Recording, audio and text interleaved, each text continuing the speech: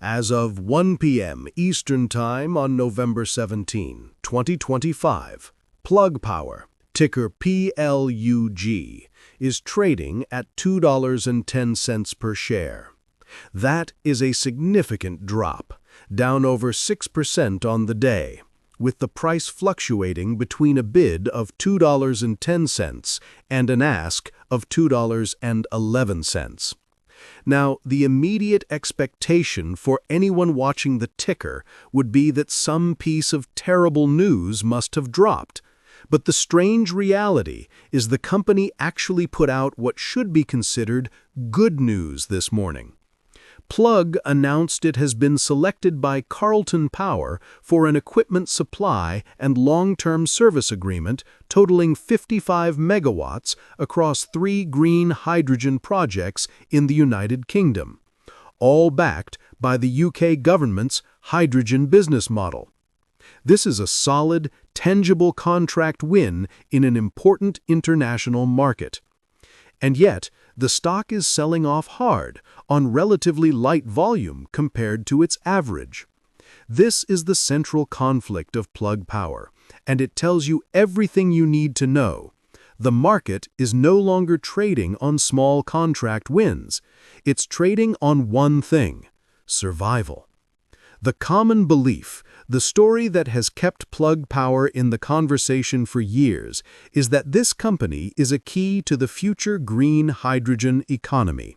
For a long time, the expectation was that Plug would build the entire ecosystem, from the electrolyzers that create the hydrogen to the fuel cells that use it in forklifts, vehicles, and stationary power. This narrative was supercharged by the promise of massive government support, most notably a $1.66 billion loan guarantee from the Department of Energy. That single loan was for many the ultimate validation that the company had a direct line to the capital it needed to finally scale and become profitable. But that expectation is now colliding with a very harsh reality.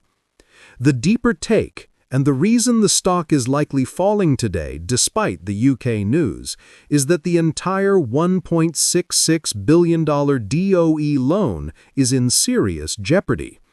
In its recent 10Q filing, the company had to formally warn investors that its decision to temporarily suspend activities related to the DOE loan, a suspension forced by the new administration's review of all clean energy commitments, could adversely affect its access to that capital and potentially expose them to an outright termination of the loan guarantee.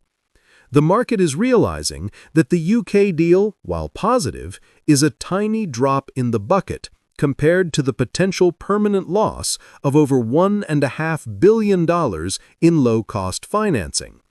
That single government loan was the cornerstone of the company's liquidity plan, and now the cornerstone is crumbling. This completely reframes the company's recent third-quarter earnings report from November 10th. On the surface, the report looked mixed to positive. The company posted a loss of 12 cents per share, which was actually a slight beat compared to the 13-cent loss analysts expected. Revenue, however, came in light at $177 million, missing the forecast of $187 million. But the stock surged 11.7% in after-hours trading that day. Why? Because management reported that its operating cash burn had improved by more than 50% from the prior quarter. In a market obsessed with cash burn, this was seen as a huge win. The company also highlighted a 46% sequential growth in its GenEco electrolyzer business, a sign that its core technology sales were scaling. But that optimism was clearly short-lived. The stock has bled out since that post-earnings pop, and today's action confirms that investors are back to focusing on the balance sheet. What does Plug Power actually do? It's trying to be the one-stop shop for green hydrogen. Its business is built on several pillars: GenDrive, its well-known fuel cell systems for material handling vehicles like forklifts, this is their legacy business.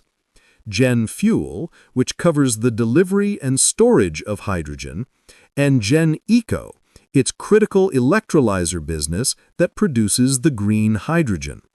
The entire plan is to use the cash from the forklift business to fund the massive, capital-intensive build-out of a national hydrogen production network, which would then supply hydrogen to bigger markets like data centers and heavy-duty trucks. The problem is that this plan requires billions of dollars, and the company is still not profitable. In fact, for a long time, it has been, as one Reddit user recently put it, selling its product for half the cost to make it.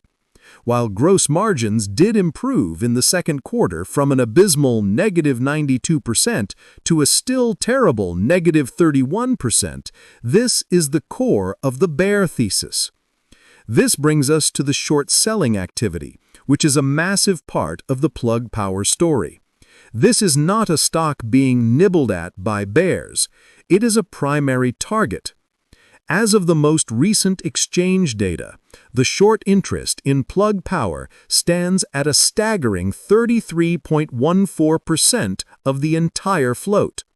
That means over 383 million shares are being held short. This is more than double the peer average of around 14%. When you see a number that high, it signals an extraordinary level of conviction from a large part of the market that the stock's price is going to fall significantly. These short sellers are betting on the company's financial struggles, specifically its high cash burn and its consistent failure to reach profitability. They see the negative gross margins and the dependence on outside capital, like the now threatened DOE loan, and they are placing a massive bet that the company will be forced to dilute shareholders into oblivion, or, in a worst-case scenario, fail entirely. Now, many retail investors see a high short interest number and immediately think about a short squeeze. But here is the actionable insight you must understand. A squeeze requires the shorts to be trapped. A key way to see if they are trapped is by looking at the short borrow fee rate, the interest rate short sellers must pay to borrow the shares. In many famous squeezes, that rate has rocketed to 50%, 100%, or even higher. For Plug Power, the current borrow fee rate is a tiny 0.54%. This is critical. It means it is extremely cheap and easy for short sellers to borrow shares. They are not in a panic. They are not being squeezed. They are sitting comfortably in a high-conviction trade. This low borrow rate, combined with a high short interest, suggests that large institutions are not scrambling. Rather, they are patiently waiting for their thesis to play out. The days to cover is also very low, at around 2.5 days, which means that, given the stock's high trading volume, shorts could cover their entire position in less than 3 days if they wanted to. This is not the setup for a high-pressure squeeze. What's your read on that 33% short interest? Is it a sign of a massive, impending collapse, or is it just smart money hedging against a company that still can't turn a profit? If you look at the recent 13F institutional filings, you see an incredibly complex battle. Major players like Citadel and Susquehanna are holding massive positions on both sides, with huge blocks of call options, a bet the price will rise, and put options, a bet the price will fall. This isn't a simple buy or sell opinion. It's a sign that hedge funds are using Plug's volatility to trade complex derivative strategies. However, you also see firms like Graham Capital Management holding a very large put position, signaling a clear bearish stance. The retail sentiment on forums like Reddit reflects this divide. You have long-term holders who bought in at $40 or more and are now just hoping to break even. And then you have a more cynical crowd that has been watching the cash burn for years and believes the company is a house of cards. The frustration is tangible, and many feel the company has overpromised and underdelivered for a decade. Looking forward, the future of Plug Power has been reduced to a few very stark scenarios, all framed by that expectation versus reality conflict. The company's own expectation is that it can reach gross margin break-even on a run-rate basis by the end of 2025 and achieve EBITDA positivity by the second half of 2026. Management has guided for $700 million in revenue for 2025, which is already a significant reduction from their previous targets. But the reality is that this entire plan is contingent on capital. The single most important catalyst for this stock is the final status of that $1.7 billion DOE loan.